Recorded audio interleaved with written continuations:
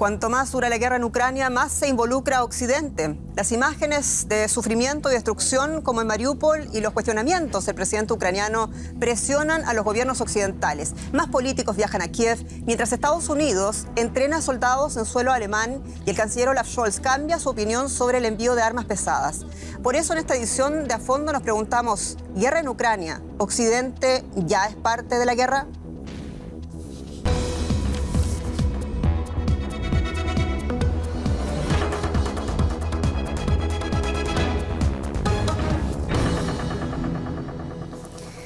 Sean ustedes muy bienvenidos a Fondo, esta vez para discutir si Occidente ya es parte virtualmente o no de esta guerra en Ucrania. Soy Jenny Pérez, nos acompañan Ezequiel Vistoletti, académico de la Universidad Elie Salomón en Berlín, autor y conductor del programa Demoliendo mitos de la política. Juan Carlos Barrena, periodista, experto en política internacional y europea, corresponsal del Grupo Bocchetto en Berlín y trabaja como periodista para Deutsche Welle. Y Maciej Stasinki, periodista de la Gaceta Wyborcza y corresponsal del diario La Vanguardia desde Polonia. Es experto en temas de transición democrática.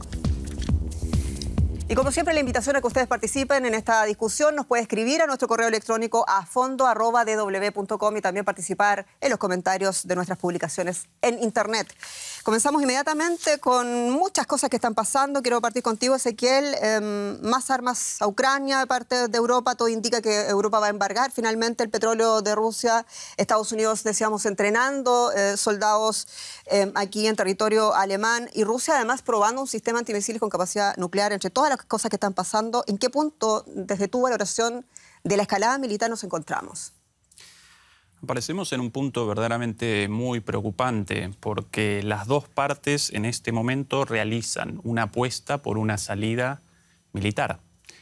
Y en ese contexto vaticino una escalada aún mayor, una prolongación del conflicto con más víctimas e incluso la posibilidad de una participación directa de la OTAN, no ya indirecta a través del envío de armas, sino directa, lo cual podría desencadenar una tercera guerra mundial. Entonces, parecemos en una situación verdaderamente muy peligrosa. Por suerte, la esperanza, la lucecita de la paz y de la diplomacia no desaparece aún por completo.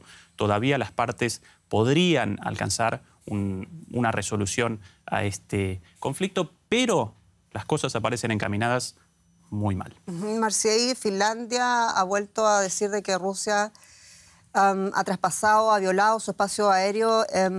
¿Se está más cerca de una guerra extendida, quizás más cerca de esa tercera guerra mundial a la que le teme Ezequiel? No me gusta ser profeta, yo no sé, pero si la pregunta fundamental es si el Occidente, todos los países democráticos que apoyan Ucrania, es parte de esa guerra, en el sentido militar todavía no, pero en el sentido político evidentemente sí. ¿El envío de armas no cuenta? Claro que cuenta, pero todavía no hay tropa militar de ningún país de la OTAN o de la OTAN que esté involucrado directamente militarmente en el frente de guerra. Y mejor que esto no ocurra. Pero políticamente, desde el punto de vista cultural, de civilización, de sistemas políticos, sí que el Occidente está en guerra, a muerte, con un imperio nacionalista igual que está pisoteando todas las posibles reglas de derecho internacional, libra una guerra a un país soberano que no se le quiere plegar y comete evidentes crímenes de guerra todos los días, desde hace más de 2 meses. En este sentido, por supuesto, esto es una amenaza para todo el Occidente democrático, para Europa, y en ese sentido sí que estamos en guerra. Juan Carlos, escuchábamos lo que decía Ezequiel, lo que decía recién Maciej. ¿Te parece que está consciente Europa? Y cuando hablo de Europa, de la consideración de los gobiernos políticos europeos, incluyendo el alemán, ¿están conscientes de ese punto en el que se está ahora mismo en la escalada? Yo creo que son bastante conscientes. Coincido con ellos también en que el momento es bastante crítico. No soy pesimista en lo que se refiere a que el conflicto se pueda extender a otros países. La capacidad militar de Rusia no está quedando precisamente muy lucida en lo que va de guerra.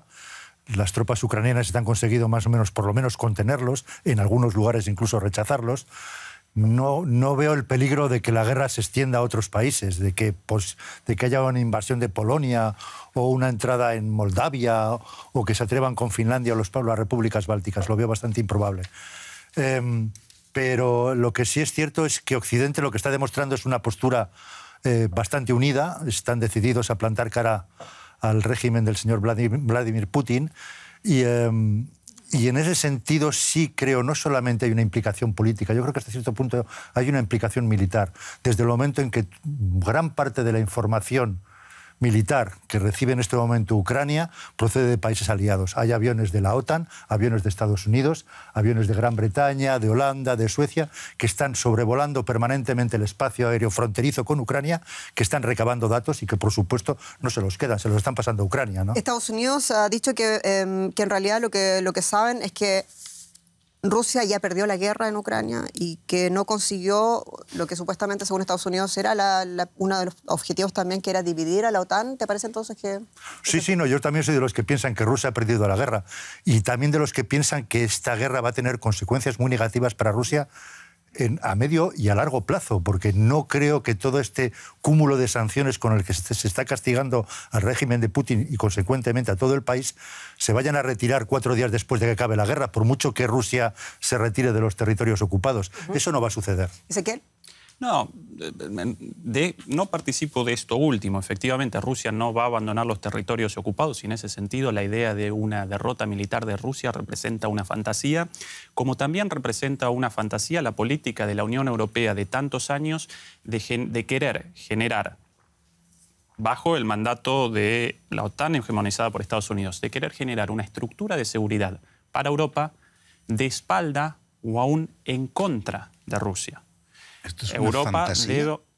¿Puedo presentar mi punto? Después comenzamos el debate, si quieren. Bueno, en ese sentido, en mi opinión, la idea de una victoria, de una resolución militar con una derrota rusa, lamentablemente porque si Rusia retrocediera y retrocediéramos a los acuerdos de Minsk, entonces apareceríamos en un mundo perfecto. Pero esa posibilidad aparece, en mi opinión, descartada. Y una cosita más respecto al gobierno alemán, al cual yo realmente, frente al cual realizo críticas muy fuertes, porque en mi opinión sí aparece verdaderamente desconcertado, abocado a esta política de envío de armas por la paz.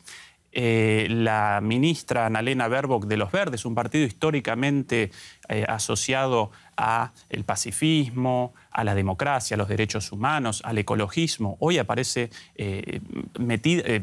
embarcada en un discurso verdaderamente guerrerista, y yo presencio una fractura entre los alemanes y las alemanas de a pie, el pueblo alemán, a favor de la paz, con manifestaciones muy grandes de 250.000 personas, con temor por esta situación, y por otro lado, la política en Alemania y los grandes medios de comunicación privados, no los públicos, afortunadamente Deutsche Welle no, embarcados en un discurso guerrerista de consecuencias impredecibles. Esa para mí la fractura de la democracia alemana ahora. Ojalá en algún momento las partes, todas las partes, naturalmente Rusia también, aunque yo carezco de esperanzas en Rusia en cuanto a un cambio de postura, puedan rectificar y puedan realizar contribuciones a una salida diplomática de un conflicto global en torno al reordenamiento del orden mundial. Sin la resolución de ese conflicto vamos a presenciar, y yo esto lo vaticino desde hace tiempo y lamentablemente la realidad aparece confirmando mis pronósticos. Vamos a presenciar la extensión y la escalada de este conflicto. Ok, Ezequiel, voy a dar la palabra a ustedes dos, pero para hablar de si están de acuerdo con esta fractura en la democracia alemana, como lo plantea Ezequiel, tenemos que escuchar lo que dice el canciller alemán Olaf Scholz, quien tuvo que enfrentar los abucheos de una muchedumbre congregada por uno de los actos del 1 de mayo en Düsseldorf, aquí en Alemania. Y le reclamaron el cambio de política hacia Ucrania y principalmente el envío de armamento pesado. Vamos a escuchar cómo respondió el canciller alemán. Seguiremos apoyando a Ucrania con dinero y ayuda humanitaria. Pero, y esto hay que decirlo, también con el envío de armamento para que pueda defenderse. Muchos otros países europeos ya han enviado armas a Ucrania. Ahora mismo es necesario. Respeto todas las opiniones, pero puede parecer cínico decirle a los ciudadanos y ciudadanas de Ucrania que deben defenderse de Putin sin armas. Eso es obsoleto.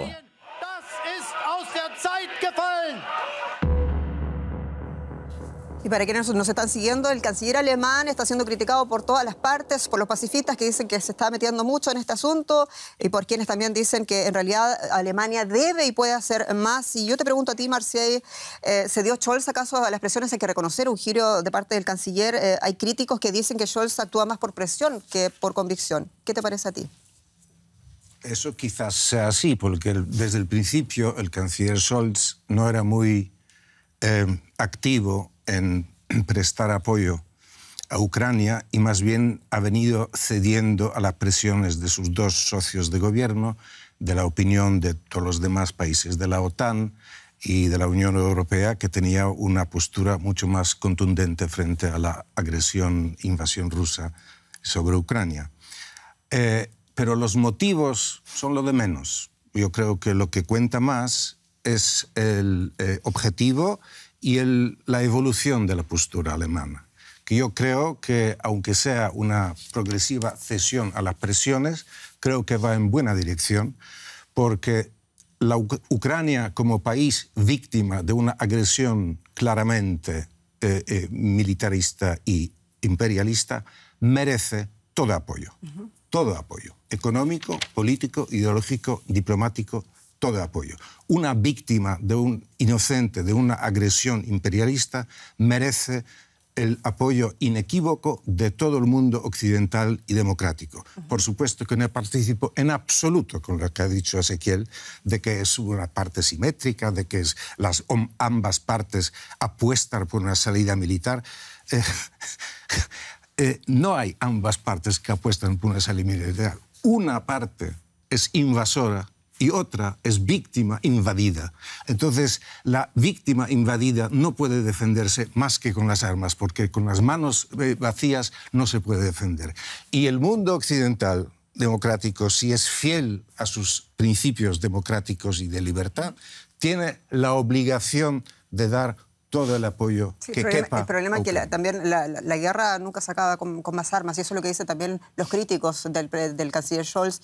Dicen que de esta manera también la guerra se va a extender. Entonces, toman como ejemplo el caso sirio, por ejemplo, y también porque si se trata todo esto, de como tú dices también, la víctima de Ucrania, que efectivamente ha sido víctima de una agresión, que ha sido víctima de una agresión ilegal, por lo demás, pero si el problema es un tema ético. ¿Qué pasa con las otras guerras entonces? ¿Qué pasa con los otros regímenes autocráticos a los que tampoco, o hasta los que también, se les compran armas? Esas son cuestiones que son parte del debate público. Te doy la palabra a Ezequiel en un momento, pero primero quiero hablar con Juan Carlos, porque cuando Ezequiel decía en un momento, hablaba de la fractura democrática alemana, o de ese peligro por estas asimetrías que hay dentro del gobierno alemán. ¿Qué te parece a ti? No sé, yo no pienso de esa manera tampoco. No creo que haya una fractura del gobierno alemán, no creo que haya una fractura de la sociedad alemana.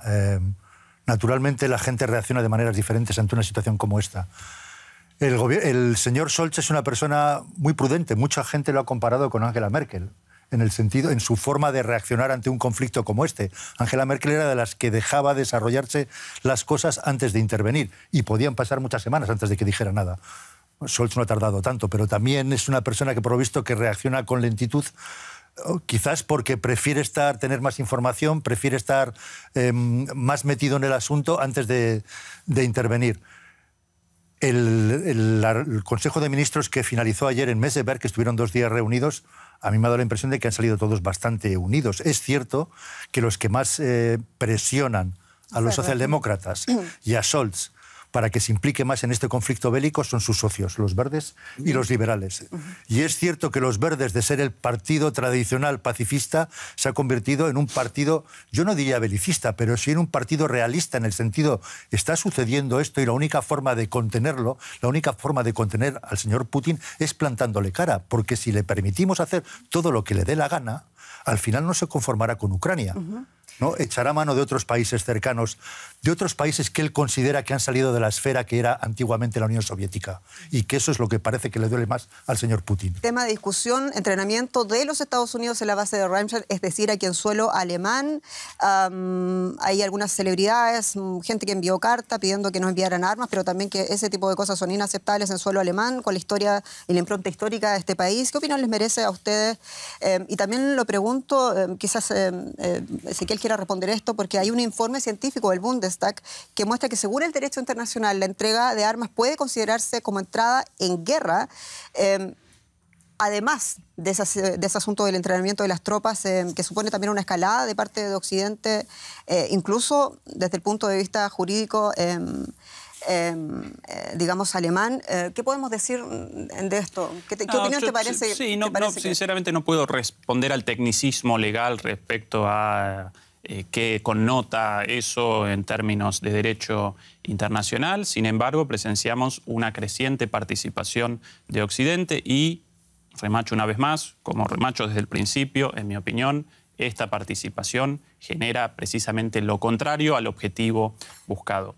En este conflicto, y quiero responder a lo de Majek, pero porque yo participo de parte del argumento de Majek. En mi opinión aparecen dos interpretaciones posibles de este conflicto en torno a la invasión rusa de Ucrania. Aquí no aparecen medias tintas respecto a esa invasión. Acá aparecen dos interpretaciones. Por un lado, la interpretación prorrusa, la cual establece el foco en el avance de la OTAN hacia Occidente. Esto habría generado una preocupación de Rusia respecto a su seguridad como país y por ende, y aquí es el diagnóstico, por ende, aquí aparece la conclusión, entonces la invasión de Rusia a Ucrania aparecería justificada. ¿Sí? Ese es un argumento.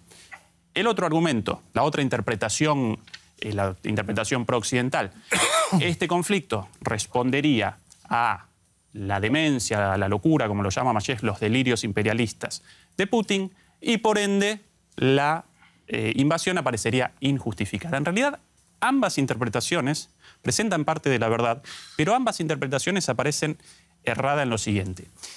En el diagnóstico, efectivamente, la OTAN protagonizó una invasión hacia el este, eso generó una preocupación legítima de Rusia.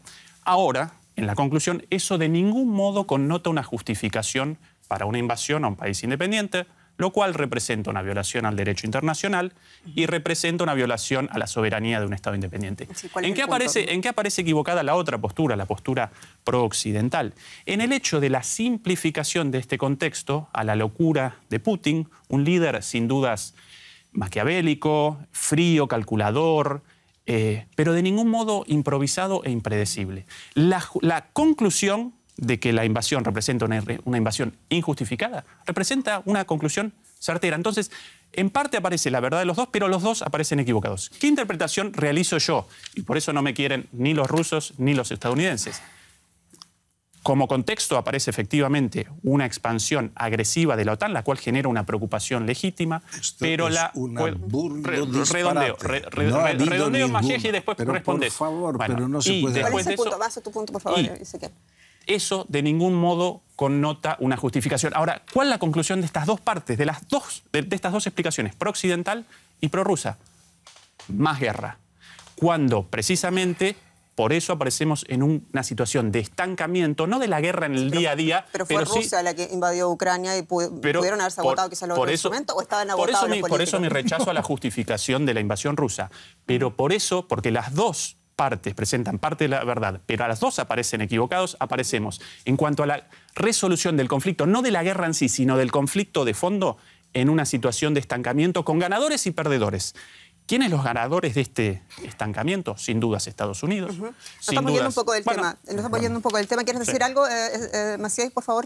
No, esta equidistancia está completamente trasnochada. No puedo entender las razones racionales que puedan motivar a alguien a decir que hemos estado presenciando en los últimos 30 años una expansión agresiva contra Rusia de la OTAN.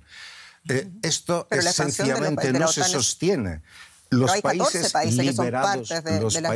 liberados de la Unión Soviética, después del desmoronamiento de la Unión Soviética, querían tener garantías de seguridad para el futuro y se apuntaron a la OTAN por libre albedrío y decisión democrática. En el año 2008, la OTAN descartó la adhesión de Ucrania. El señor Putin no tiene ningún fundamento para sentirse amenazado por una agresiva OTAN que supuestamente estuviera amenazando Rusia. Rusia ha estado involucrante, el Occidente ha venido involucrando a Rusia en un diálogo sobre la globalización, sobre la economía, sobre el intercambio, comprando las materias primas rusas durante decenios. Ningún motivo tiene Rusia para sentirse amenazado, ni por Ucrania, ni por la OTAN, ni por Polonia, ni por nadie.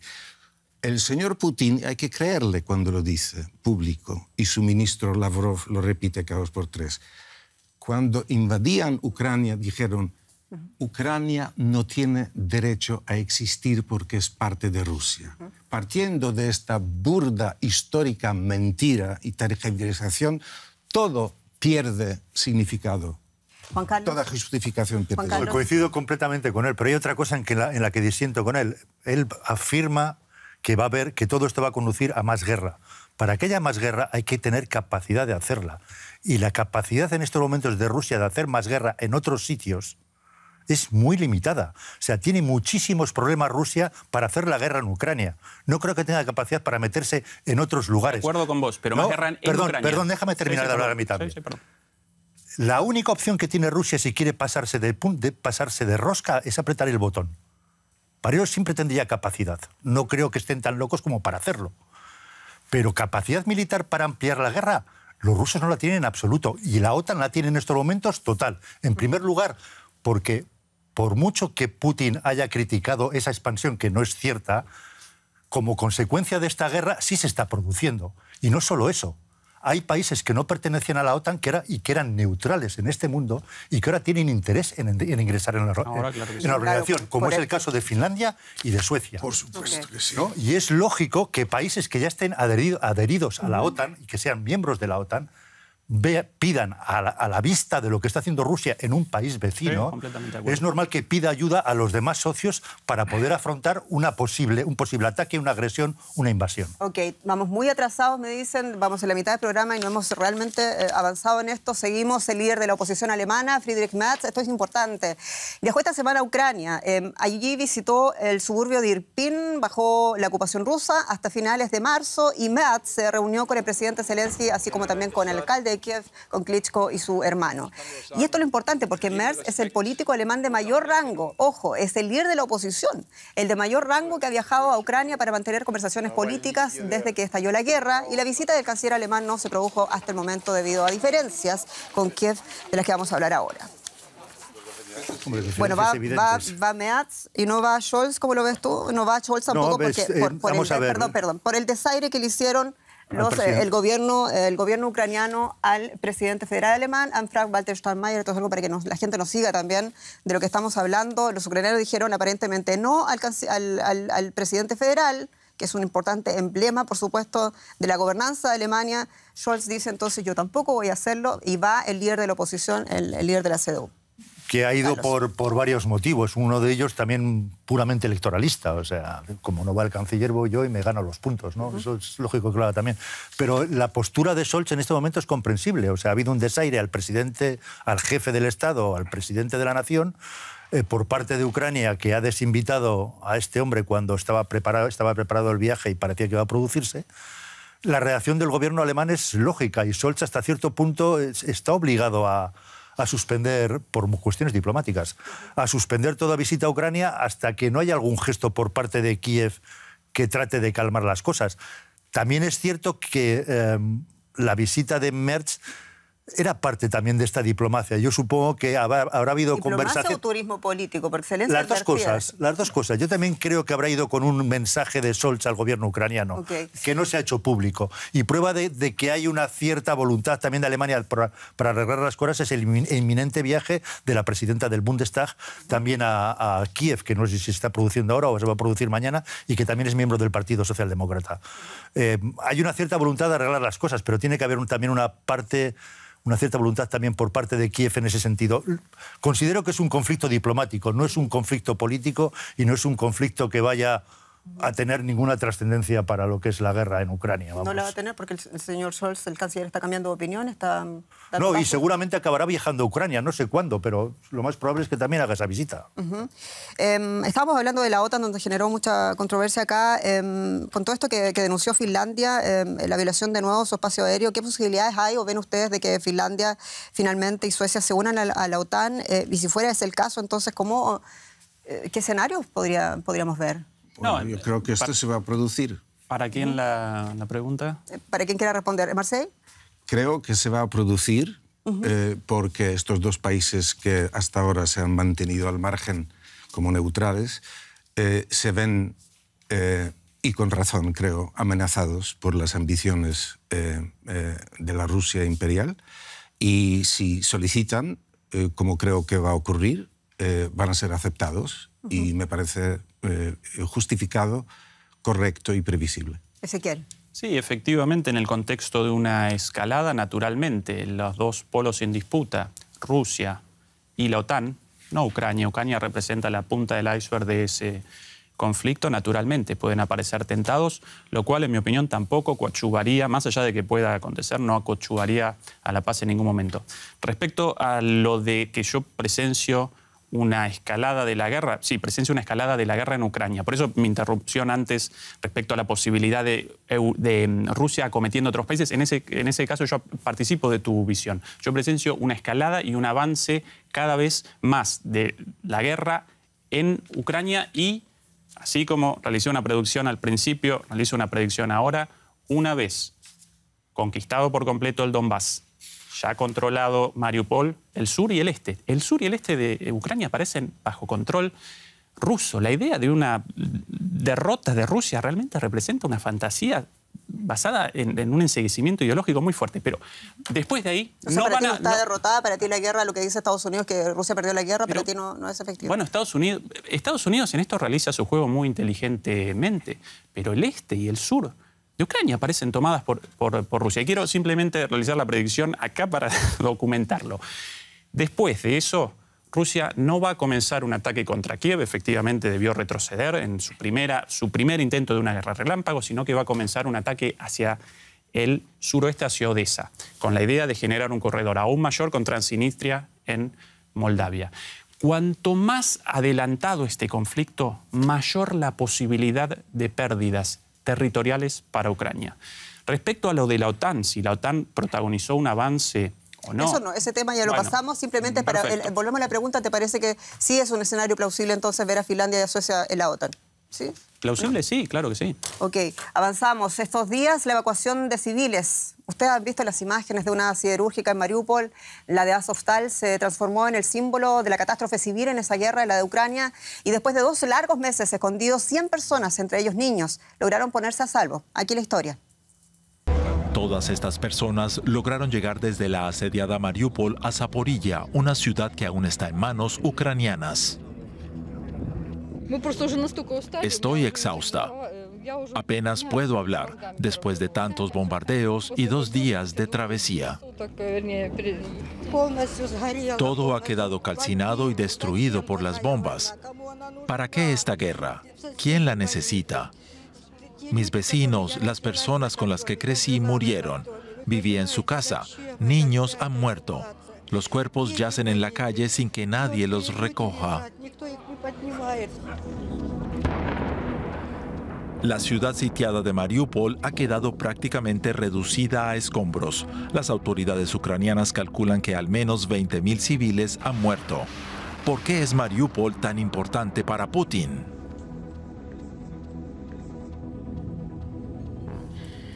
Y retomamos la pregunta de nuestro informe, ¿por qué Mariupol es clave para Putin? ¿Por qué también la acería de Azovstal? Juan Carlos Barrena, periodista de Deutsche Welle. Lo explicaba él muy bien, de esa conquistando Mariupol y cerrando el anillo del este de Ucrania con Crimea, uniría todo ese territorio y lo controlaría perfectamente. Tendría el acceso por tierra a Crimea, no a través de ese puente que han construido de urgencia en los últimos años. con Rusia, ¿no? El objetivo, naturalmente, es ese, es cerrar, unir territorios, hacer una cosa consolidada, una forma consolidada y tenerlo todo mucho más controlado, por supuesto. Lo que no coincido es con el tema de Odessa. No creo que... Es posible, seguirán bombardeándolo, naturalmente, en eso no lo niego. Pero no creo que tengan capacidad de conquistarla. Yo estoy convencido de que los ucranianos ahí echarían hasta el último arresto y seguramente Occidente ayudaría en la medida de lo posible a que eso no sucediera.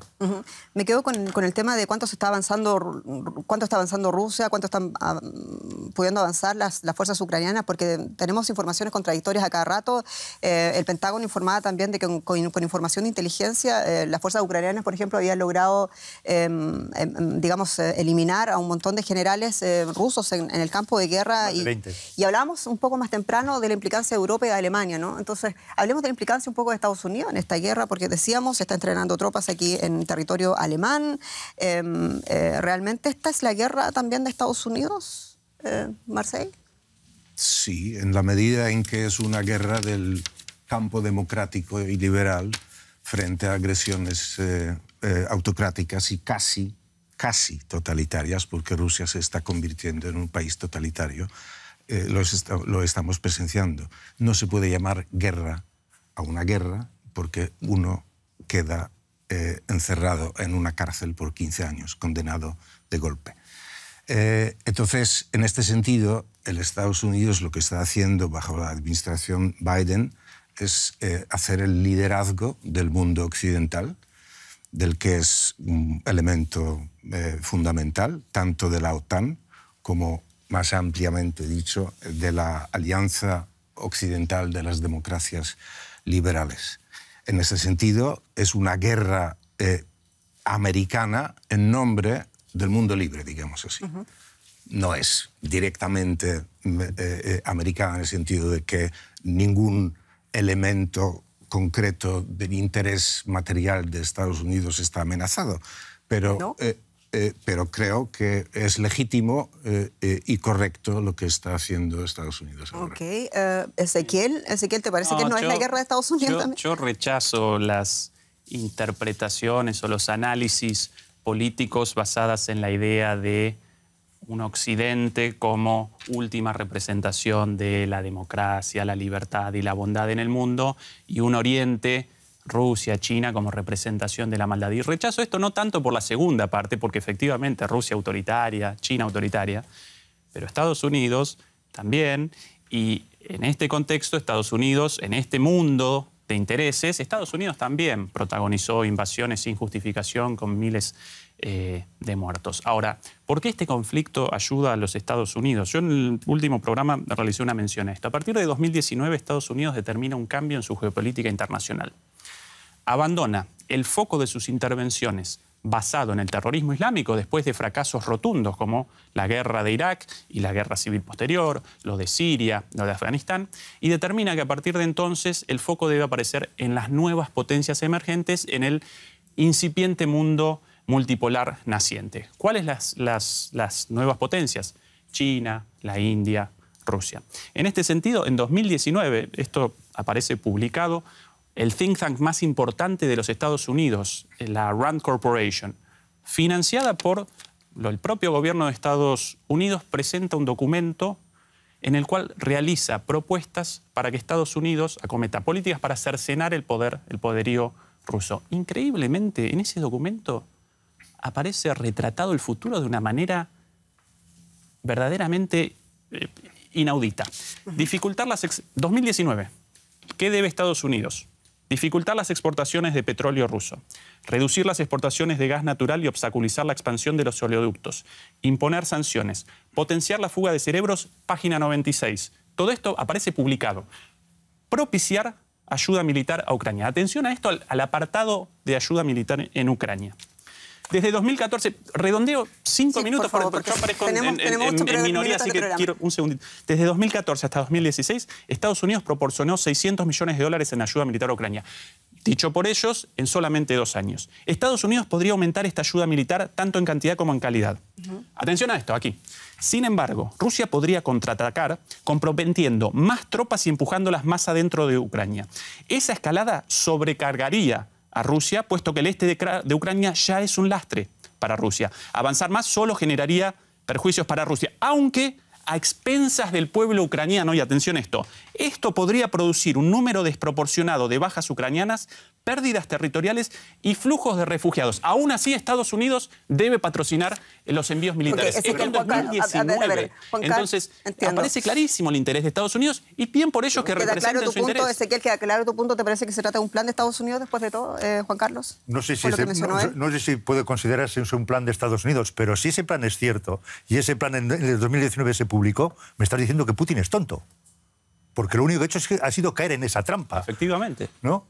O sea, me estás diciendo que toda la reacción que ha hecho, toda la reacción de Putin, la guerra que ha iniciado Putin, está haciéndole el juego a Estados Unidos. Efectivamente, me está diciendo por eso rechazo la invasión. Por eso la invasión no aparece justificada. Ya, pero es lo que ha hecho. Efectivamente, y sin duda... Es completamente absurdo. Me está diciendo, Putin ha salido de ese documento y es tan tonto de caer y picar. Juan Carlos, Rusia aparece entre los perjudicados de este conflicto como un error estratégico, sin dudas. Otra vez, yo remacho los mismos puntos del principio hasta el final. ¿Quiénes aparecen como los ganadores? Estados Unidos, China como perdedores. Ucrania y su población civil en primer lugar. Sí, pero no te preocupes. A Ucrania, cuando acabe esta guerra, la van a inflar a millones y van a relanzar el país para arriba. Ninguna plata ayuda para resucitar al muerto. No, eso por supuesto que no. Por supuesto que no. Pero van a ayudar a reconstruir el país. ¿Y la pérdida de territorio? Eso es algo que todavía no está decidido. Vamos a ver cuánto territorio va a Por eso te digo, vamos a ver cuánto territorio pierde. Menos ingenuidad. Atención a lo que dices. Vamos a ver cuánto territorio pierde. ¿De qué han tomado hasta ahora? ¿Para vos Ucrania no aparece como un perdedor de esta guerra?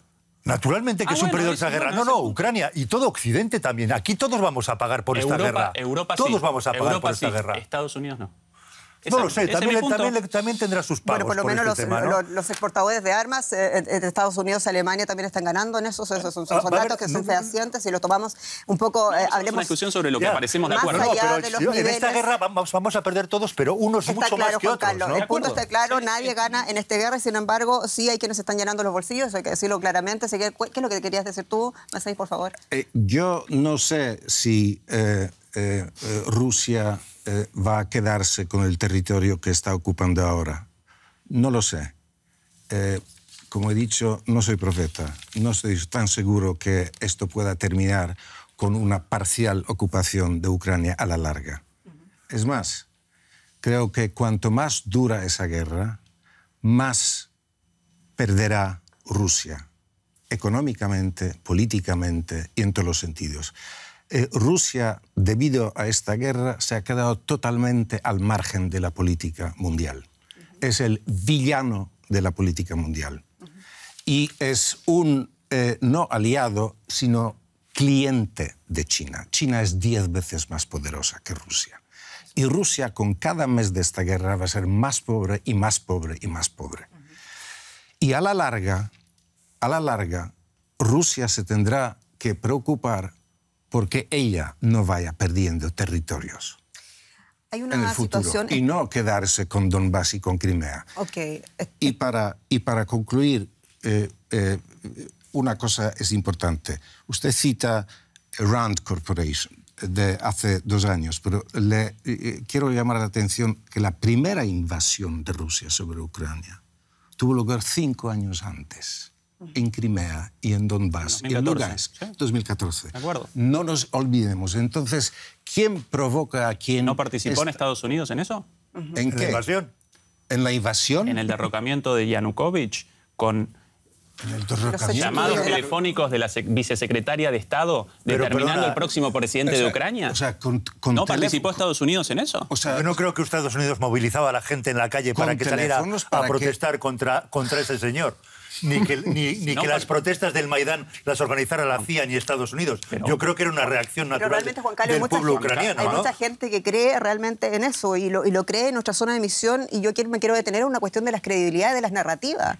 Porque cuando se habla de Rusia, vamos a dejar a Rusia, vamos a hablar de Estados Unidos en estos 4 minutos que nos quedan en programa, tiene que ver con todo lo que pasó, por ejemplo, en la década de los 70, en América Latina, por ejemplo. Y por eso es tan difícil entrar en esa narrativa. Tú dices, no es razonable lo que yo escucho. Sin embargo, ya hay que reconocer reconocer que hay mucha gente que no le cree a Estados Unidos, que cree que sí efectivamente estuvo en esa revolución del Maidán provocándola y que cree incluso en esto que, bueno, en esta información. Esto aparece publicado, no un invento mío. Si lo quieren, pueden en casa realizar. Eso no lo pongo en duda. ¿Qué se saca de esa situación cuando realmente como periodistas tenemos que tratar de analizar una situación cuyo humildemente no tenemos todos los puntos? Yo no niego que Estados Unidos haya influido allí, pero no creo que haya sido una influencia decisiva. También lo hizo Rusia en su momento. Y Rusia en esa revolución del Maidán estuvo allí no solamente influyendo, estuvo allí pegando tiros y matando gente. Y teníamos Y eso lo sabemos todos, Sí, más de 100 personas. Pretender que un teléfono de Estados Unidos quita, destituye y nombra presidentes en Kiev es una ingenuidad tan grande que yo no sé si usted está ofendiendo la inteligencia suya propia o de los oyentes. Yo no participo de la idea de que realizar un análisis crítico de todas las partes de alguna manera connota un apoyo a Rusia. Como que si uno realiza un análisis objetivo, realista, de la participación de Estados Unidos con miras a la resolución de este conflicto, entonces aparece como a favor de Rusia cuando yo rechazo las dos partes y en realidad simplemente quiero presentar un análisis de esta situación con miras a la consecución de la paz. Es el conflicto. Varios programas ha dejado bastante claro que él está en contra de la invasión. Ezequiel, por favor, entendamos, de Ucrania, ¿verdad? Nos faltan, él ha dejado varias veces en claro aquí en este panel que él está en contra de la guerra ilegal de Rusia en Ucrania. Yo creo que también eso es una condición básica para participar de este debate. Hay una cosa que les va a provocar mucho, pero una portada de la revista Time, el presidente brasileño, el expresidente y probablemente futuro presidente, según la encuesta, Luis Ignacio Lula da Silva, dio una entrevista a la Times y dijo muchas cosas, entre esas de que para él era tan responsable Zelensky como Putin de esta guerra. Y mucha gente salió a criticarlo, pero parece que mucha más salió a entender lo que dice el presidente, el probable futuro mandatario de la mayor economía de Latinoamérica. No coincido con él. Lamentable. Es una persona con la que tengo una cierta simpatía, pero en esta ocasión no coincido con él. No se puede repartir la culpabilidad de la guerra de esa manera. No pueden tener la misma culpa Zelensky que el señor Putin. El señor Zelensky no ha invadido a nadie, no ha entrado en el territorio ajeno, no ha entrado a conquistar un país que no es el suyo. El señor Zelensky lo único que ha hecho hasta ahora es defenderse. A él y a su país, que es lo que tiene que hacer como presidente de Ucrania. Una frase solamente, prepárense, Occidente ya es parte de la guerra, ¿sí o no? Naturalmente que sí. Naturalmente. Desde hace tiempo. Lamentablemente sí. Lamentablemente sí, Marcial. Bueno, con esto nos despedimos. Muchas gracias a ustedes tres por este acalorado debate. Siempre es bueno tener posiciones encontradas. Soy Jenny Pérez, esto ha sido A Fondo para ustedes. Atrévense, debata con nosotros también en nuestras redes sociales y a nuestro correo afondo@dw.com. Hasta pronto.